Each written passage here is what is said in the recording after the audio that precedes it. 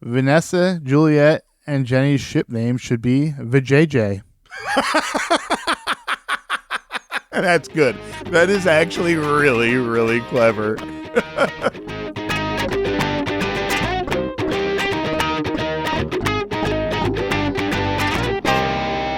Hey, Upper Eastsiders and all you scandal-loving listeners out there. You just tuned into the Non-Judging Breakfast Pod, where the coffee is strong, the waffles are fresh, and the gossip is hotter than ever. My name is Leif, and I'm your seasoned Gossip Girl veteran.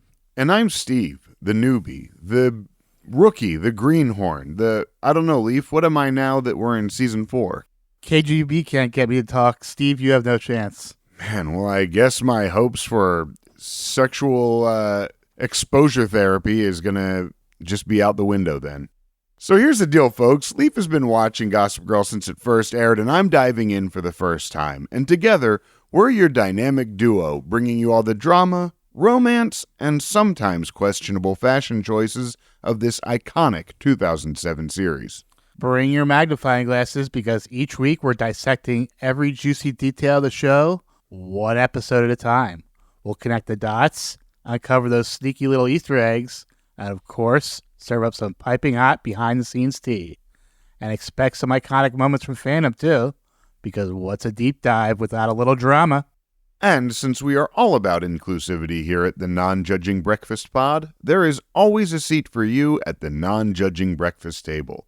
So go ahead and grab your mimosa, a cup of coffee, or spark up some of Chuck's medicine, and let's get into this.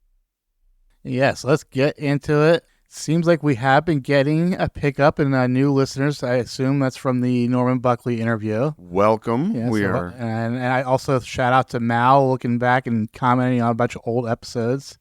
Fantastic. We really appreciate the engagement, and thank you for getting into the show with us. We really love it. Thank you very much. And we are here to talk about Season 4, Episode 8, Juliet Doesn't Live Here Anymore. And the original air date was November 8th, 2010. Now, the title here, it doesn't sound... I'm not familiar with a movie of this type. Is it a movie? Yes, it is the 1974 Martin Scorsese film, Alice Doesn't Live Here Anymore. Okay. Once you said it, I recognized the name. I was wondering if it was a play on The Shining at first. The Toby Doesn't Live Here Anymore. Or Toby? Is Toby the little boy that lives in his mouth, or is Toby the kid? Not here anymore, Mrs. Torrance. This episode was written by Jean Leitenberg. She previously wrote 318 of The Unbearable Lightness of Being and also the Chasing Dorota web series. Yes. I don't feel like I loved Unbearable Lightness, but I'm trying to remember. That was Dorota's wedding episode. Oh yeah, we did like that. Yeah. Okay, yes. Yeah, that was a good one. And this was directed by Patrick R. Norris. He was the Norman Buckley before Norman Buckley. Oh, okay. So he's been doing this back for like Dawson's Creek, My So-Called Life. Years. Oh, wow. Okay. So far this show, he has done 104 Bad News Blair, 110 High Society, 205 The Serena Also Rises, It's a Wonderful Lie, and then also 222 Southern Gentlemen Prefer Blondes. And this is another guy like last week who didn't see anything in season 3. Right. Well, we did have that sort of shakeup was it season 3 when they kind of had a bit of a shakeup that it seemed in the writer's room? Well, there's a couple people at the end of season 3 that had their last episodes. Yeah. They didn't come back. Yeah. So it looks like they went back to some earlier people. Yeah. And this is also one of those, some of these episodes are great. Some of them, was High Society the debutante ball, the first one? Yes, with Serena. It's the first CC episode. Yes, yeah. So, like, good episode there. Bad News Blair was a good episode. Bad News Blair was a good episode, but then you have Southern Gentlemen Prefer Blondes, which I was never a fan of the Gabriel storyline. Why don't you read that Vulture recap? Only once or twice a season do we get to see our team united in the face of an enemy. Usually, the cornered foe is hardly a force to be reckoned with, a slutty teacher, a skanky duchess, or a closeted bully. But in the case of Juliet, our gang is dealing with someone they've never fought before, a character who has lasted more than 4 episodes. Even if her inept efforts to take down Serena have failed over and over, her very staying power is remarkable. She just keeps showing up for class. In the end, we see her clattering away from Lincoln Center, banished from the site and exiled from Columbia. But will that be enough? Has the team finally encountered something they truly don't know how to fight? Poverty? No, Chuck fights poverty. He gives away $5 million to be a good person. You think he still did that after Eva left? Yeah, I was wondering that. Like, he creates the whole foundation, and it's like, oh, well. I'm just going to be an asshole. Still, yeah, man. I guess not. Or did he, like, do that? Now she's running a foundation that she wants no part of. She's stuck, like, with this $5 million charity. We go into Act 1. Morning, Upper Eastsiders. Hope you had a good night's sleep, or at least a good night's play. Blair is lying in bed, letting out coos of pleasure when Serena barges into her room. Serena desperately needs her friend's advice, but Blair continues to refuse to talk about Serena's inappropriate student-teacher relationship. When Serena leaves, it's revealed that Chuck was hiding under Blair's duvet. Yes, and you see her smack at him at one point, too. So you kind of know he's there. It's cute, though. I was over this Serena thing last week with this professor, and for her to still just be whining about this, I guess it's kind of that 3-episode arc that we always come back to, that we have to have 3 episodes of her not being able to be with this guy. And man, oh my God, the end of this. Okay. God, I can't stand her.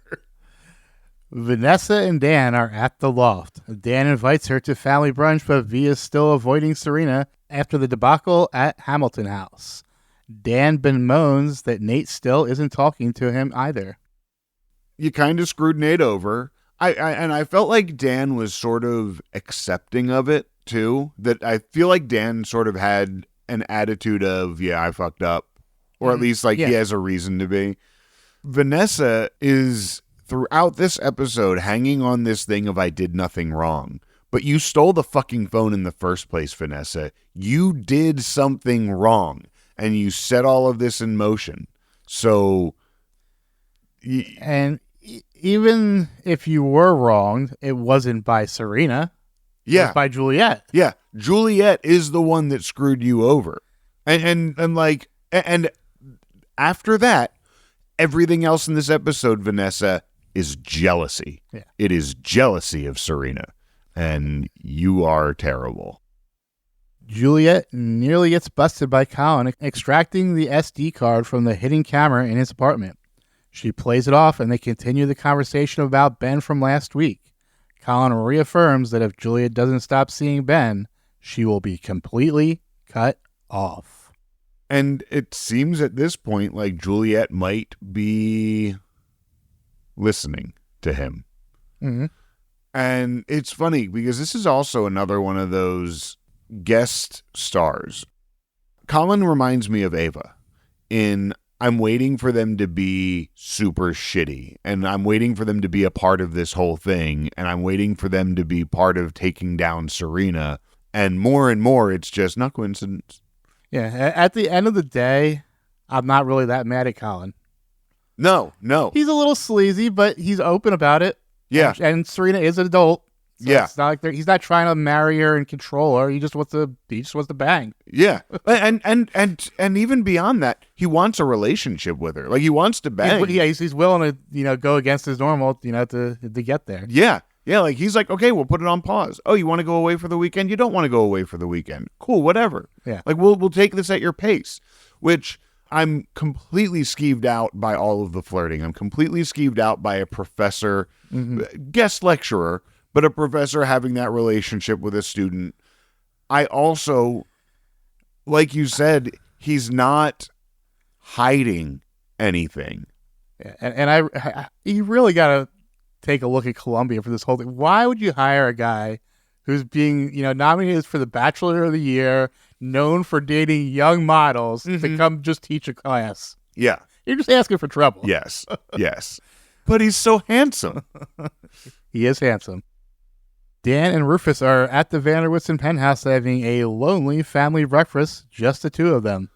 Dan is fishing for info on Serena's new beau, but Rufus, as is tradition, is totally clueless and suggests Dan just ask her directly. I felt like Rufus was so down in this scene. Like, he just seemed so like, and Dan being like, oh, I thought more people would be here for breakfast. He's like, well, Lily's at Wesleyan with Eric. And I wonder if Matt was depressed the fact that he was the only person over 40 on set that week. Well, and here's another thing about Matt Settle that I discovered last week, though. During season 2, he was expecting his first daughter. Or first child. I don't know if he knew if it was a daughter or not, but he was expecting his first child.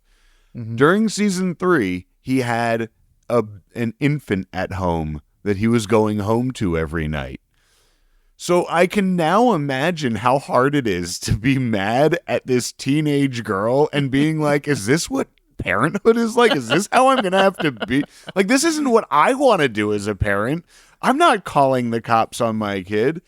Now, here's the other thing. By the end of this season, he's divorced. So throughout season 4, I'm wondering if he is just miserable, because you had those like really good moments of anger from Rufus this season, which is usually what he can't do. He usually struggles. So now I just wonder if his home life is so fucking miserable that he's just become a better actor for what he needs to be. Nate and Chuck pass each other outside the Empire. Nate is going to return Juliet's stuff, and Chuck is returning from his nightly activities. However, Chuck spots Blair down the street and goes to her as Nate leaves. Blair initially tries to deny her natural urges, but Chuck's charm wins her over, and the two rush off to a partially hidden cellar door for a quickie. How do you we're just going to go down to that cellar, right? And he's just like, I just point like right over there. Like, how do you know that nothing is there, guys? But it is fun if I have to put up with these two. That was funny. Colin and Serena are accidentally sharing a cab together. Serena wants Colin to be her date to the ball tonight, but Colin doesn't think that's a good idea because several Columbia faculty will be in attendance. However, Colin thinks they should instead take a vacation together this weekend. Yeah, good way to stay away from each other is we'll just go on a vacation. They'll be in separate rooms, though. But they'll be, in separate rooms, and they're flying in separately. Yeah. But even then, again, to our earlier point, though, Colin is still being extraordinarily respectful of her boundaries. Colin doesn't have the same boundaries. Colin's like, we could bang right now if you want to. I don't care. This job doesn't mean shit to me. But it means something to you, so I will respect your boundaries. Serena thinks that she is super slick exiting the cab without anyone seeing her. However, Dan does see her exiting and also sees who was in the cab with her. Dan's face instantly goes judgmental. Serena isn't the only one caught, as she actually catches Blair and Chuck exiting from their little rendezvous. At this point, Gossip Girl begins narrating as we jump through a couple of short scenes. I love the judgment from Dan. Every now and then. I like how he checks the book, too. Yeah. Like, wait a minute. God damn it. I don't blame Dan. Usually judgy Dan, it's like, come on, get off your shit. He's not wrong here. Yeah. Juliet downloads the video of Colin and Serena macking and then calls to make an appointment with the dean. We catch her once again. And then I guess Nate, yeah. Then Nate walks up to the building where he spent the night with Juliet, but the doorman tells him he has never heard of Juliet Sharp. I want to say season 4, episode 8, doorman does his job. An assistant did their job. Good job, guys. Good job. Well, he still let out Juliet's secret. Well, he did, but he wasn't the one that was being paid to keep it. So Over those previous 3 scenes, we had a Gossip Girl monologue, and it goes, in a city that never sleeps, it's important to always be alert, because if you blink, you might miss something, or someone. But be careful, since the truth can be eye-opening. Good morning, Upper Eastsiders. This is your wake-up call. And we move into Act 2. Serena confronts Blair and Chuck. Blair admits that she has lost count of how many times they have banged. Serena criticizes Blair for falling off the wagon. Blair quickly deflects and once again attacks the Colin relationship. Serena doesn't let her off that easy, though, and eventually Blair yields and claims she will call Chuck to end things. Besties being besties, taking digs at each other, but looking out for each other, so cute. Nate goes to see Vanessa at the loft and apologizes for not believing her about Juliet. Nate then recruits her to help take Juliet down. I like that Nate kind of came to apologize to Vanessa and points out that he gets it now. I also think he's kind of using her and knew that she would be easy to rope into this. And then he flipped on her pretty quick, too. And he did. He's also not the 4D chess player that he sometimes thinks he is, too. And for those who are too lazy to look it up, Hannah Arendt, who Vanessa mentions, is a German and American historian and philosopher, and a very influential 20th century political theorist. She lived from 1906 to 1975. Cool. I did not look it up. The more you know. I was the lazy one that did not look that up. Dan finds Serena and confronts her about Colin. Dan also points out the obvious that if she really was that important to this billionaire, he would quit his silly guest lecturer job to be with her. And now Dan was the last person nice to me, so I love him. Dan said something nice to me. Aw. Sploosh. Not only that, but he's being protective of her. Yes. Yeah. Oh, Dan's defending me and looking out for me and saying how much. He could be my daddy.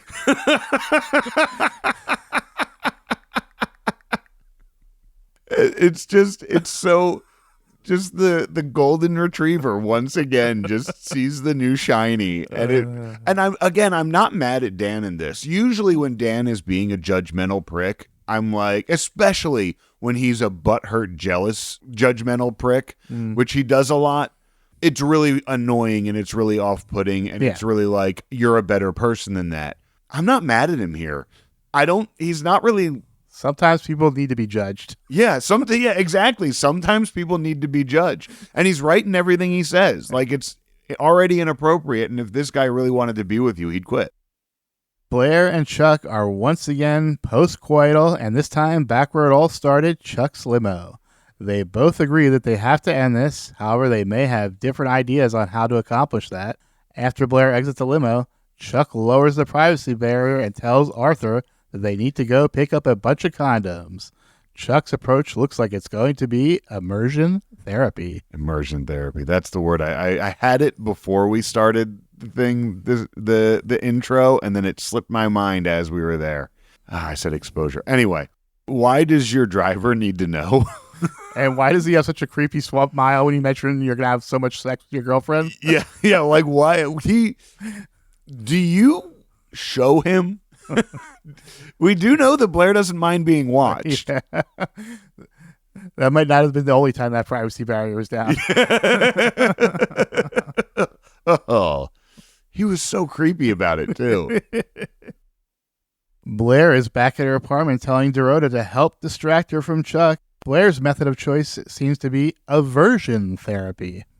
I thought this was hilarious. I thought it was great that the two of them, yep, I've got to get over it. And Chuck's like, only way to get over it is to bang for the entire day. And she's like, I need to get a detox, get this out of my system. It sets up really fun conflict. Yeah. So I liked their storyline because of that. Colin and Serena meet in the halls and discuss their vacation plans. Dan clearly got in Serena's head because she is now doubting the relationship. It's so easy to do. Just that little nugget that you throw. I don't know if Dan knows how easy it is to throw Serena off. I don't know if he's picked up on it because he's usually so irritated when he does it. But this isn't the first time he's gotten in her head about something like this. And it's so easy to do. And now she's just like, well, we shouldn't go away at all. Like, well, why are you even still at this school? Like, where did this come from?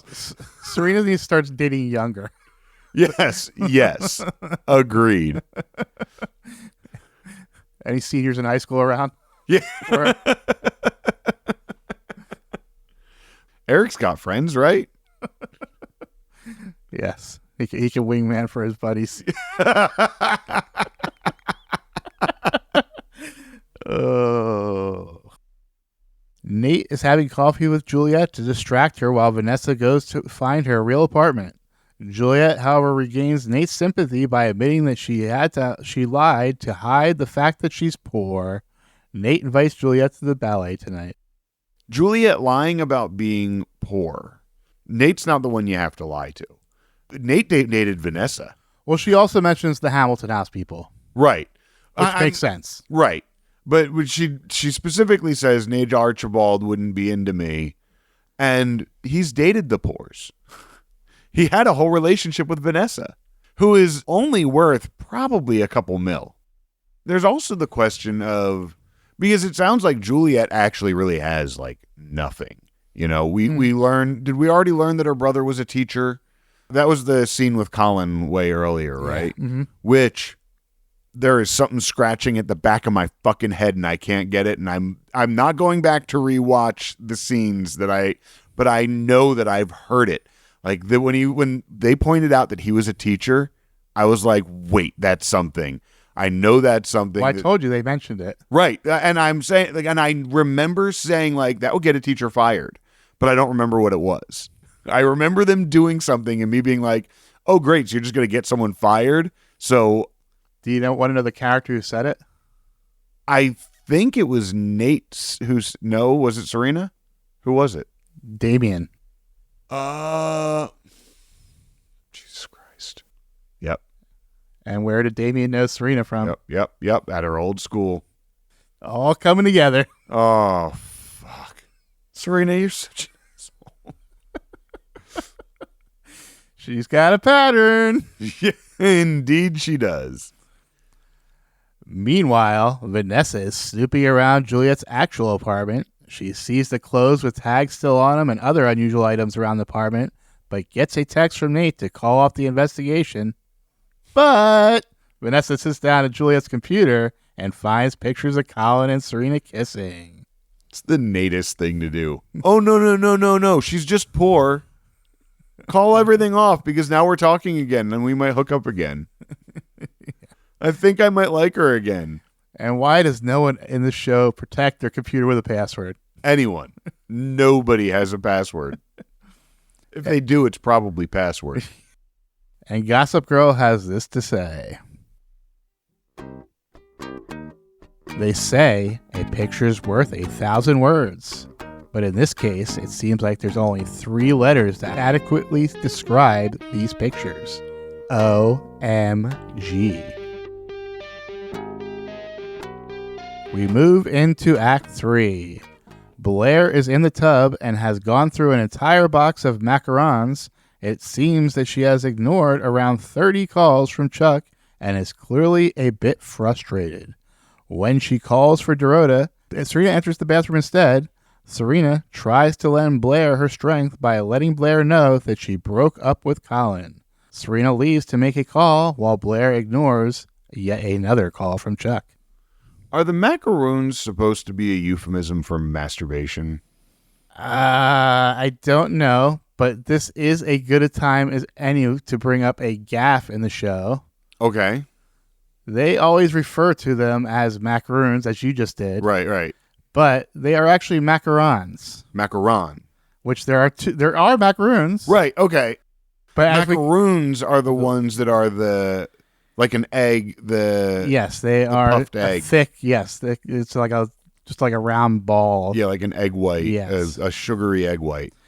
And but macarons they are those cookie wafer things right. that she was eating. Yes, yeah, and I never get I'm always confusing the two. So my gaffe is just as in line as theirs. But that's like a series-wide gaffe. Yeah, because it's not the first time. Yeah. But I asked that question because of all the macaroons that she's clearly gone through already to prevent her frustration. And then as she's leaving later and she's like, he's hungry and I am too, and eats another macaroon.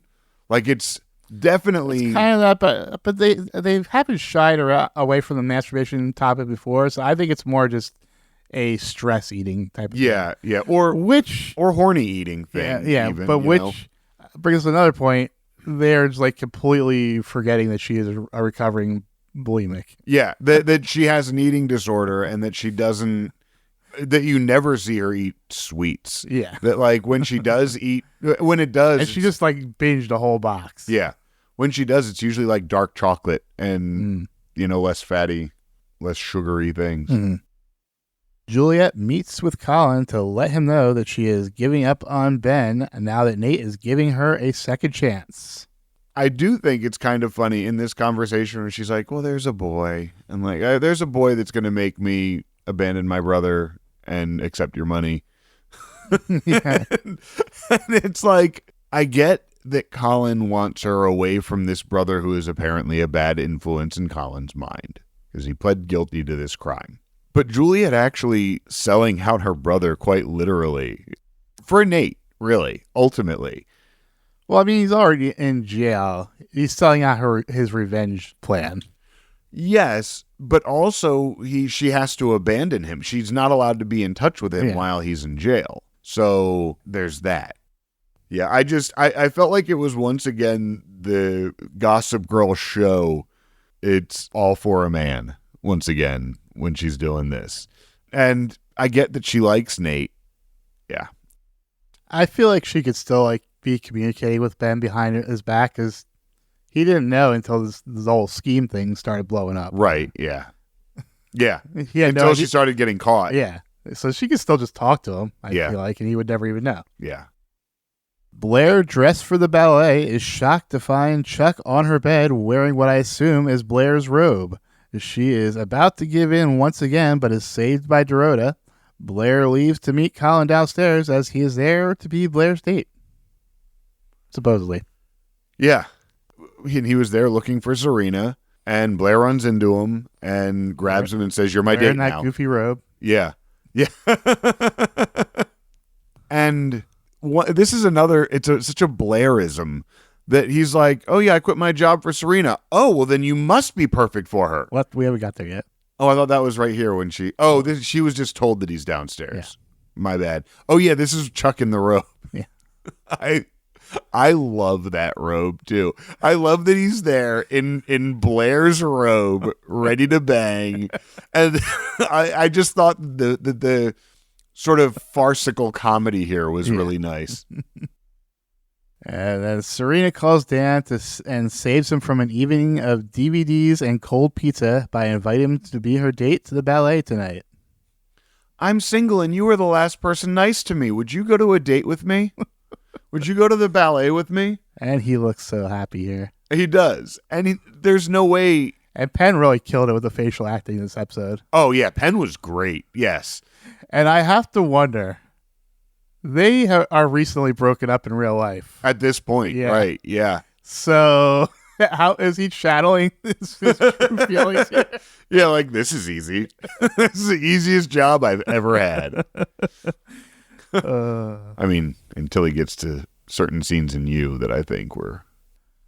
He recently released an interview about... Did you see any of that? About his experience with the intimacy coordinator in You? Yeah. Yes. He was making love to a camera. Mm-hmm. Mm-hmm. He's not a terrible writer, though. I think that Penn might be a better writer than Dan. Now Blair comes downstairs to find Colin, who has quit his job and is looking for Serena. Just like with Tripp, Blair instantly flips her script and gives full approval for Serena to bang this older dude. Instant. "Oh, you quit your job so you're not a professor anymore? That's the only thing that was bothering me about this whole thing. Go bang away." Not mister. that you're like 10 years older than her. Yeah, yeah. Enjoy, mister. You're a catch. Yeah, yeah. Yeah, you're... Two genetically gifted people. Yeah.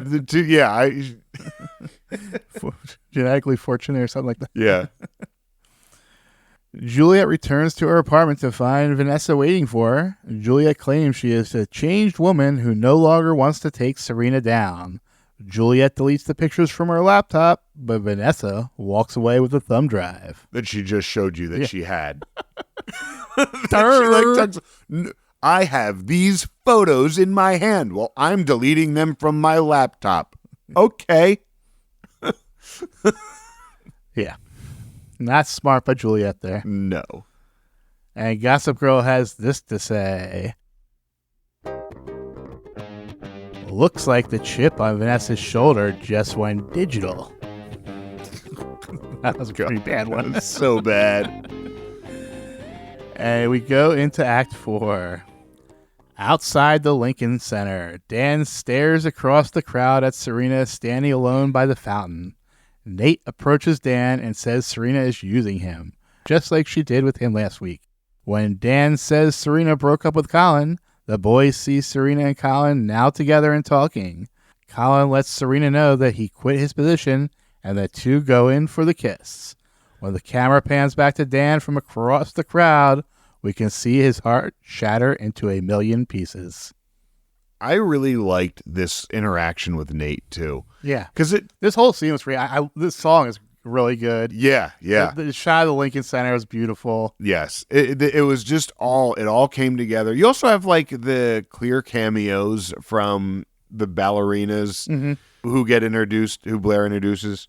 What I liked about the Nate thing is you can see Nate's still pissed. And Nate's doing the Nate thing of like making little digs at Dan. But you can also kind of see that this is how the two of them get back together. Whenever they've had tension, it always starts the few shots, and then they kind of get over that. So I feel like despite the way that this episode ends, I feel like there's room for them to work through stuff. Yeah. Chuck finds Blair and puts on the hard press. Blair says that Colin wasn't a distraction from Chuck, but rather Chuck was her distraction from Colin, who she agreed not to sleep with until the semester was over. Chuck, however, doesn't buy it. Clever, Blair. It was a good attempt. Yeah. Nate finds Vanessa at the ballet, and the two strike up a conversation. Vanessa begins waving her champagne glass like a cartoon villain while revealing her entire plan before walking off to find the dean. Nate sees Blair and knows who to turn to when it's time to protect Serena. Yep. It's time to protect Serena. And the good thing about this, though, is that she also spills that Juliet had this in the first place. Yeah. So that everybody can be isolated and really solidify the non-judging breakfast club, which is one of my favorite things that this show does. Yeah. Serena chases down a leaving Dan to apologize, but still remains indecisive about the whole thing. I kind of like you, but I kind of like Colin, too. I loved how Dan was like, how far down on the list am I? Which one, where am I? So it was Colin, Nate, me. Who else? Yeah, not a happy episode for Dan. No. When Vanessa finally finds Dean Werther, she is quickly interrupted and pulled aside by Juliet. She begs Vanessa not to go through with it because she had a change of heart. Vanessa figures out that Juliet is backing down because of Nate and informs her of Nate's part in the plan from earlier.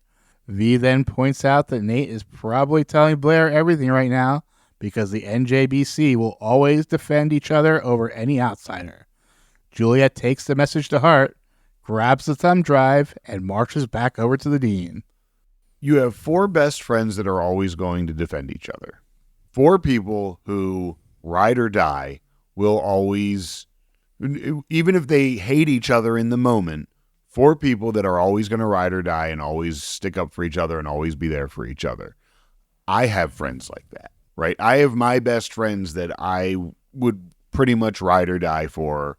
What I'm getting at is, as I said earlier, Vanessa's whole thing here is jealousy.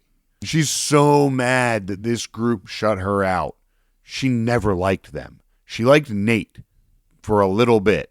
She's always hated Blair. She's always hated Chuck. She's never really had anything to do with Serena except for losing out to her. So she has this entire jealousy motivation for these people who she doesn't like and doesn't want, because they don't want her to be a part of it. So you don't like them anyway. It's like people protesting gay marriage. Why are you protesting a wedding you're not invited to anyway? So, like, why is Vanessa so upset about Serena? Well, I think she's still pissed off about Serena stealing Dan last season. Which he really didn't do. It wasn't even last season. It was the beginning of this one, right? Or are you talking about the end of last season? When they kissed and slept in the same bed. Right. But there's that. And yes, like this year when Dan was all wishy-washy about Vanessa. But and they're not together. They weren't really together then. Yeah. So he was at his right to figure out who he wanted to be with. Right. But I still believe that plays into Vanessa's unjustified jealousy. Well, I think she's kind of justified her jealousy towards Serena. Okay. Not unjustified jealousy, but unjustified. She's not justified in trying to take down Serena for being jealous. No. And so it's one of those, Vanessa, you're so fucking wrong on every point. And Serena hasn't actually done shit to Vanessa. She is really, she kissed her boyfriend. Okay, wrong. She had a boyfriend and she kissed your boyfriend. That's wrong. That is the end of what Serena did to Vanessa. Yeah, I agree. And Vanessa fucked Serena over by stealing her phone and giving it to someone who was going to fuck her over harder. And I don't know why Vanessa wants to vindicate herself to a dean of a school she doesn't go. Right. Yes. Like, and I love how they point that out in a little bit. Yeah. But so we get a Gossip Girl blast before we go to the break, and it says, "Put on your toe shoes, Serena. It's going to be hard to dance your way out of this one." And we move into Act 5. We get a really fun and chaotic scene where Juliet and Vanessa tried to expose Serena's affair with Colin, but the non-judging Breakfast Club dance circles around the other characters. Blair drops the thumb drive in a glass of champagne and says it was her having the affair with Colin. This is confirmed by Chuck, who admits he has Blair followed. When Vanessa tries to argue back, she gets scorched by Dean Werther. And she's like, "Who are you?" Which fair. Right. Like you don't, and which also, like, you Vanessa, don't go here. You have like a whole other school. How do you have no friends at NYU? How is Dan still your only friend? Like, are you? The answer is you're fucking unbearable.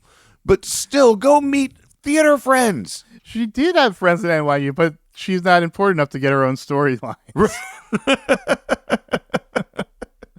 Because that no one would watch and Vanessa just alone at NYU. Yeah, the Vanessa spinoff, hanging out with the Tish kids. Yeah. She could go date Paul again and argue with Willa. Yeah, I think Willow's even worse than Vanessa. Willa's a sociopath. Yeah. I mean, sexual predator. And a sexual predator and a sociopath, which I guess you kind of have to be one to be the other, but. Colin chases down Juliet and announces that she is officially cut off. She then gets surrounded by the non-judging Breakfast Club, who banish her from Columbia. Which you can't, but they can because she can't really pay get a for it payback anymore. Yeah. First of all, Colin again just being like, "I've tried. Like I'm not mad at him for this. Yeah. You really screwed me over, and you really screwed over someone I care about for what?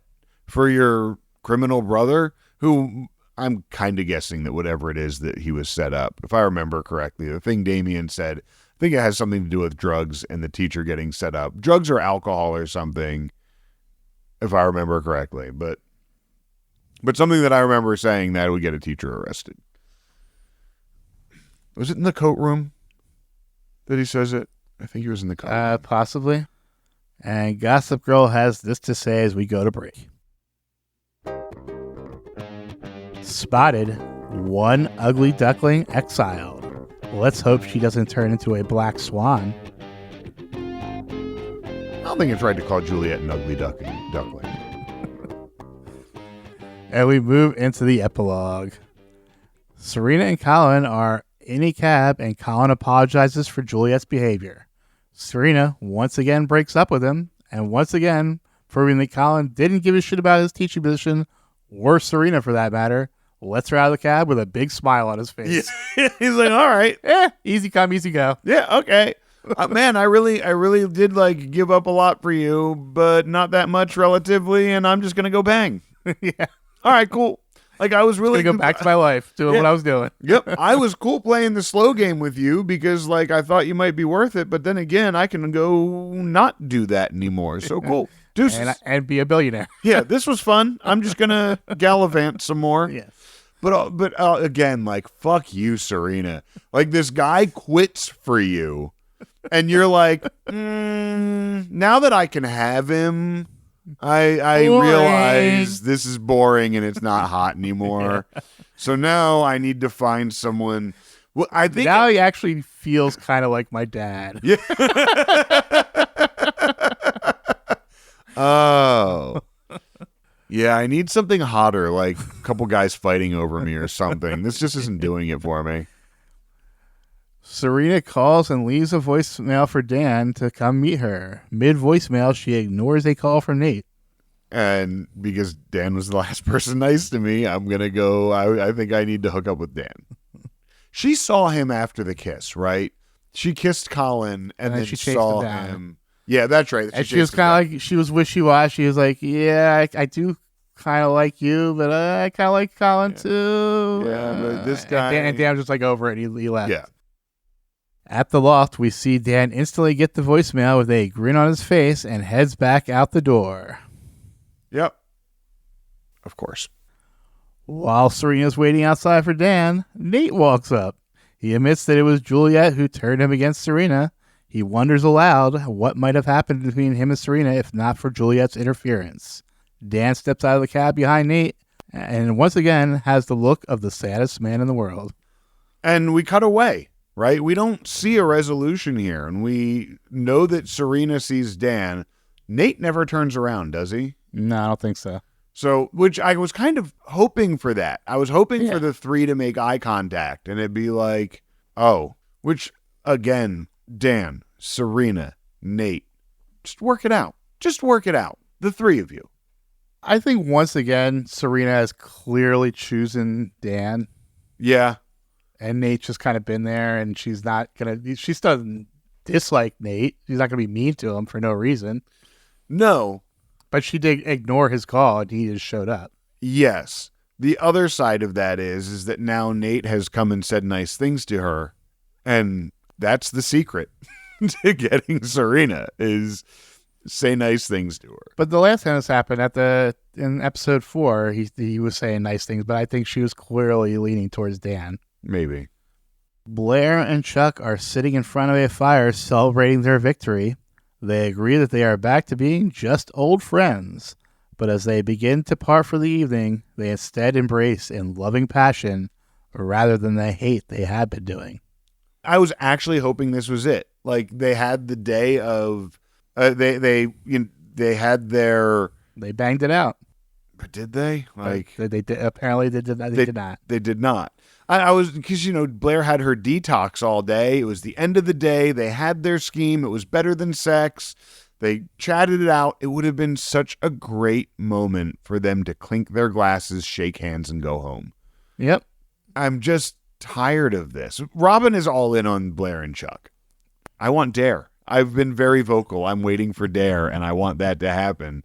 And I'm so over Blair and Chuck. It's just, give me some different story. Yes. Today was a different story for them, slightly, but give me something for real different.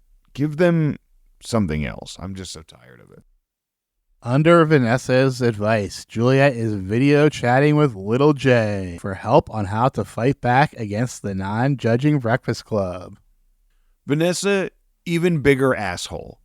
You know, of all people, that the reason Jenny moved away is because she kept getting sucked into this shit and it was making her a terrible person and she didn't want to be the terrible person she was becoming. Mm-hmm. And now Vanessa went and drug her back in. And it's also like, Jenny, what the fuck are you doing? Like, you stay out of this shit for a reason now.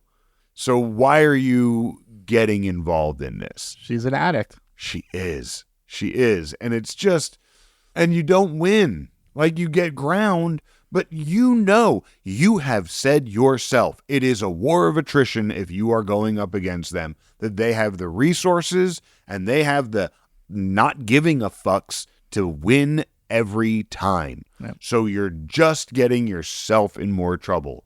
Just go on tour with your band and stay there. Gossip Girl ends the episode with this monologue. Sometimes in life, we hit a crossroads and are forced to choose which path we want to take. And there's no way of knowing if our journey will lead us to pleasure or pain. Once we've made our choice, there's no turning back. Watch out, Upper East Side. I think this could be the beginning of an ugly friendship. XOXO Gossip Girl. What is coming next? All right. Well, obviously we're going to get Little J. And now I did see the thumbnail that we have at least 2 episodes. Or I don't know if she's in the next one, but the episode after next, the thumbnail, she's in the thumbnail. So I know that we've got Little J coming in. So we're going to have a Brooklyn Upper East Side war. That we're going to have this little class war going on between Juliet, Vanessa, and Jenny, and the Non-Judging Breakfast Club. We're the pod. I am curious as to where the Serena of it all will land with Little J, because I know Jenny hates Serena very much for the same reasons Vanessa does. Serena didn't do anything to Jenny last episode except have a boyfriend that Jenny wanted. And Jenny did everything she could to fuck with Serena. Not everything she could, but Jenny definitely went after Serena last year without Serena really knowing. Serena absolutely knew, and she hates Jenny and reiterated that the last time Jenny showed up this season. That's right. She did. She was very much like, fuck off, Little J. My point being that Serena's animosity towards Jenny is Jenny's fault. Yeah. That Jenny went after Serena's boyfriend and fucked with her relationship and then tried to fuck with her whole family.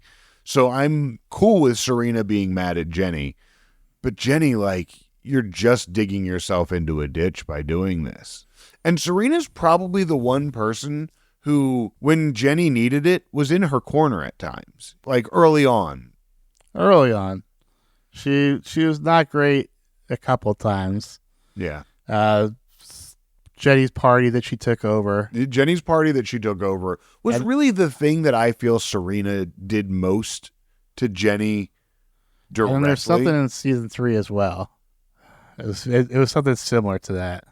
I'm forgetting what it was. I know. I do know what you're talking about, though. My overall point being, I don't think that that Jenny has good motivation to go after Serena despite hating her anyway. That I feel like hers is mostly self-inflicted. Much like Vanessa's, I feel is mostly I feel like at this point Jenny's just coming in because she's bored.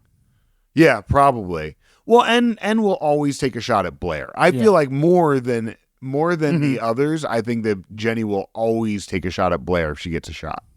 So I think that's more of her motivation here. I think that we're going to get some more drama between Dan, Nate, and Serena. I do think that we're gearing up towards a Dan-Serena pairing at some point. I don't know if they've ever lasted more than 3 episodes as a couple. Since the first season.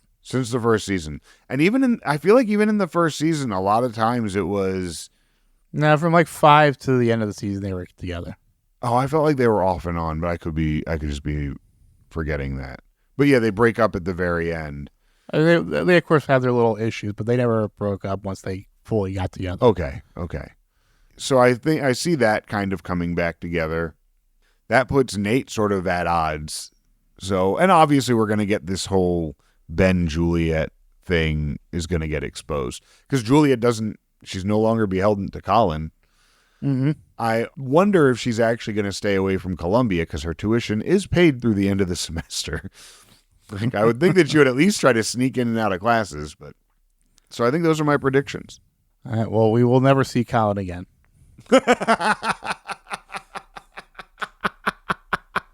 He was just like, deuces, I'm over it. That is so funny to me. Like, oh, okay, you don't want on? Okay, I'm on to the next one.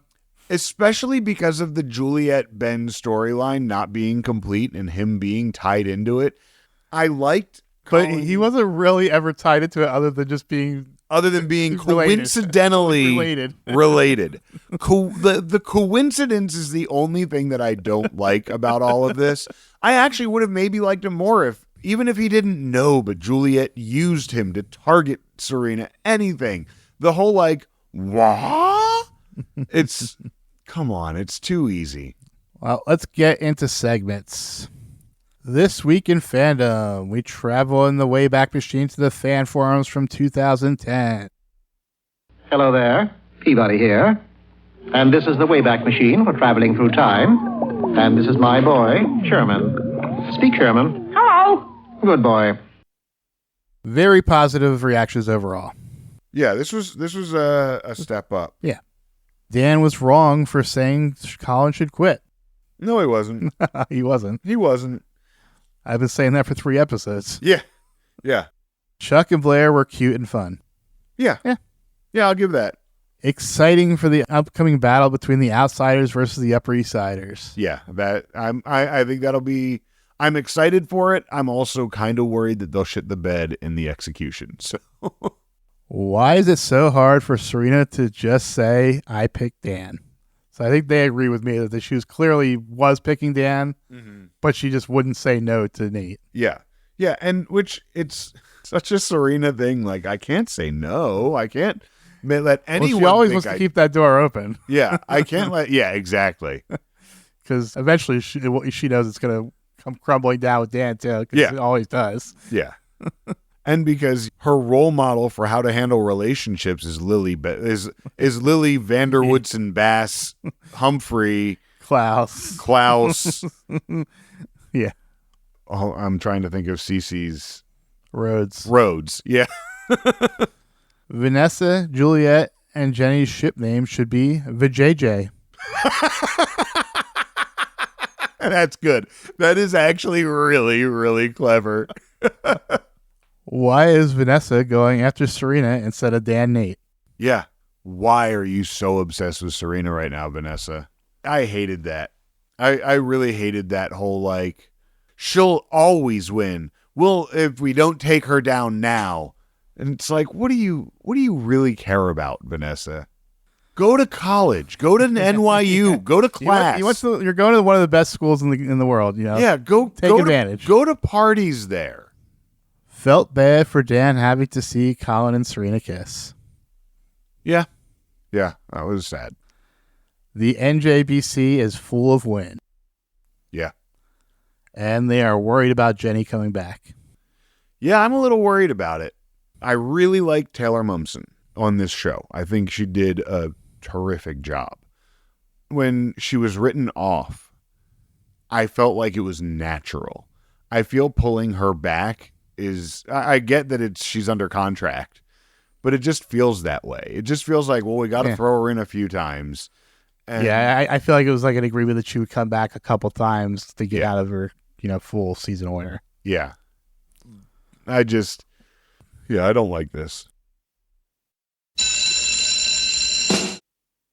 Moving on to episode grades. Yeah, this was definitely a much better episode. I thought the directing was really good. The shots with outside the Lincoln Center was really great. Mm-hmm. Also, of course, the big confrontation scene with the dean was really good. Everything it felt very much like the Thanksgiving scene with everything just popping. One person would be popping in, next person pops in, next person pops in. Yes. So yeah, that was good. Even the Chuck and Blair stuff wasn't as boring as normal. So I ended up with a B+. That honestly, that's where I landed too. It was. I love the takedown at the end. I love the non-judging breakfast pod getting together. Club. I did it again. The non-judging breakfast club getting together and taking down Juliet. I felt like there was some of the Vanessa stuff I think was a little weak, which is why I didn't give it the A. But there was a few weak points in that. But overall, I do agree it's a B+. But yeah, Vanessa is now fully entered her villain era. Yes, yeah. Yeah. The way she was just like swinging that champagne glass around. Yeah.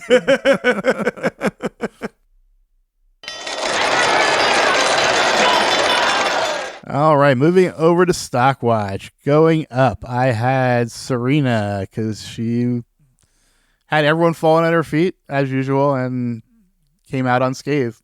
Yeah. Chuck, because he was having a fun time and he seems to be back in Blair's heart. Yeah.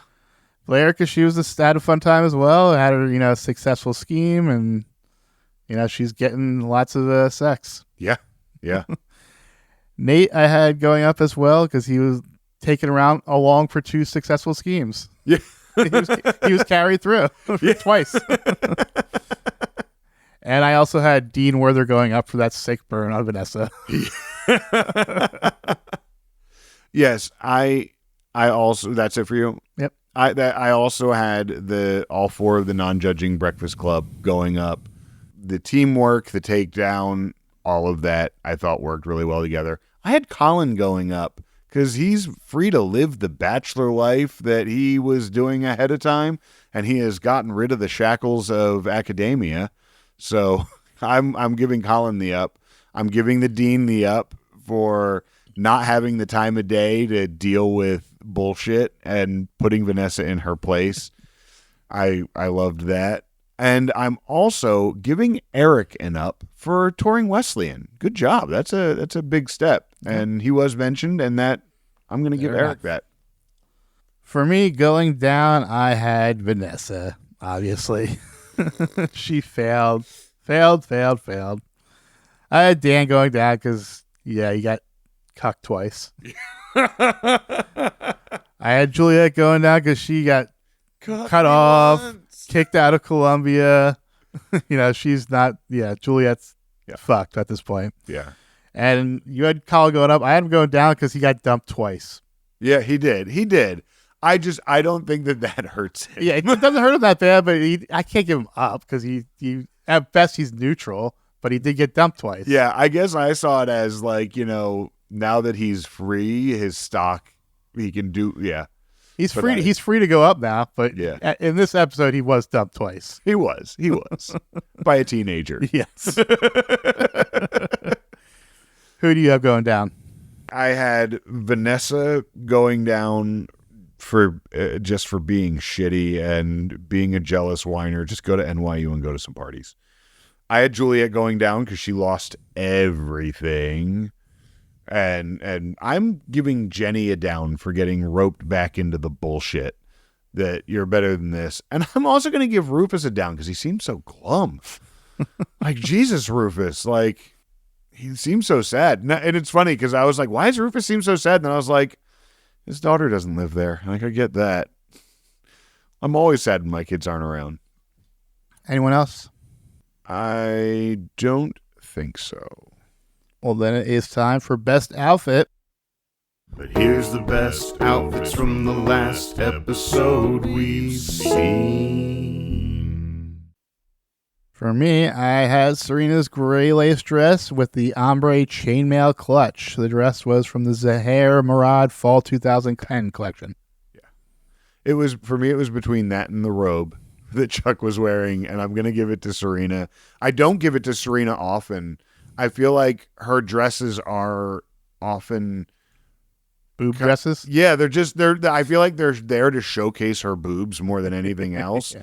And sometimes they do that, and it's very elegant and very neat looking dresses.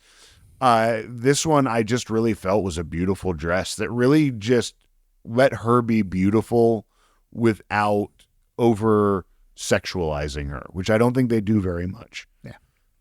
Well, that is it for segments. Do you have anything you would like to plug? I don't at this point. I'm pretty sure my show in Lock Haven is over. I think that was last weekend. So I don't really have much outside of my Instagram and TikTok at steve.marchon, MARCHION. So go ahead and check me out there and give me a follow. For me, I am finally watching a show I always planned to watch.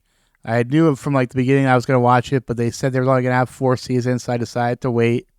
I'm finally watching it, and that's Succession, and it is fucking amazing. And it's Gossip Girl. It's so Gossip Girl coded, but with HBO level production quality. That is one of the ones that I've wanted to watch. They are all such total pieces of shit, constantly scheming and backstabbing against each other. The acting is just so good. Kendall is such a piece of fucking shit, but at least once a season, he has to be breaking down in tears for him because he's just so pathetic. And that show, if I remember correctly, was originally shot with Kevin Spacey for the first season, and then all of the shit came out about him. He got Me Too'd, and they reshot. Yeah, I think he was the patriarch, and they reshot the entire thing. I'm glad they did, because him. Brian Cox was definitely the right choice. Yeah, I think that it was that character. But it's very Gossip Girl, and it's these rich New Yorkers on the Upper East Side, all pretty much horrible people scheming against each other constantly. Mm-hmm. Yeah. And that is it for plugs. If you want to follow me on social media, you can find me on Instagram at Hot Capicola. That's HOTCAPICOLA. And you can find me on the same on Blue Sky. And you can find the podcast on Instagram, TikTok, and Threads at Non-Judging Breakfast Pod. You can also find links to our subreddit, our Discord server, and our Patreon on our website, nonjudgingbreakfastpod.com. And if you would like to get in touch with us, we would love to hear what you have to say. Please go ahead and send us an email at nonjudgingbreakfastpod@gmail.com. And we'd love to read what you have to say and maybe even read it back here on the show. We would also love it if you would leave a comment, give us a like, a subscribe, follow. Leave a comment. That really helps boost our visibility in Apple Podcasts and on Spotify. And also, while you're at it, let folks know what you are listening to, and go ahead and make us your water cooler talk. Tell your coworkers, tell your friends, and tune into the Non-Judging Breakfast Pod. And we will be back next week to talk about Season 4, Episode 9, The Witches of Bushwick. The episode description reads, Chuck hosts a Saints and Sinners masquerade party at the Empire Hotel. At the party, Dan and Nate don't know what to make of Serena's strange behavior and mixed messages. Blair sets her sights on becoming the new face of Anne Archibald's Foundation for Girls, but Anne is concerned that Blair's friendship with Chuck Bass may be problematic. Oh, God, Anne. First of all, Anne, fuck you. Your relationship is problematic. Your husband is in jail. He's the good guy now. And he's the good parent now. He's the parent that actually took a step back, clearly got some fucking therapy in prison and rehab, and is like, wow, son, as long as you're here in my life, I'm good. Howie. Oh, Howie. Well, until next time, you know you love us. XOXO. Every time you walk away, run away, you take a piece of me with you there. Every time you walk away, run away, you take a piece of me with you there. Every time you walk away, run away, you take a piece of me with you there. Oh, it seems I'm walking right to your door. My heart's still resting, looking for something more. Are you ever gonna see everything you mean to me? I'm trying really hard to believe. Every time you walk away or run away, you take a piece of me with you there. Every time you walk away or run away, you take a piece of me with you there. Every time you walk away or run away, you take a piece of me with you there. Never feel feels right when I'm out here on my own. I left last night and it feels like way too long. Are you ever gonna see everything you mean to me? I'm trying really hard to believe. Every time you walk away or run away, you take a piece of me with you there. Every time you walk away or run away, you take a piece of me with you there. Every time you walk away or run away, you take a piece of me with you there. Come back to me. Smile and you'll make my life complete. Every time you walk away or run away, you take a piece of me with you there. Every time you walk away or run away, you take a piece of me with you there. Every time you walk away or run away, you take a piece of me with you there. Every time you walk away or run away, you take a piece of me with you there. Every time you walk away or run away, you take a piece of me with you there. Every time you walk away or run away, you take a piece of me with you there. Every time you walk away or run away, you take a piece of me with you there. Every time you walk away or run away, you take a piece of me with you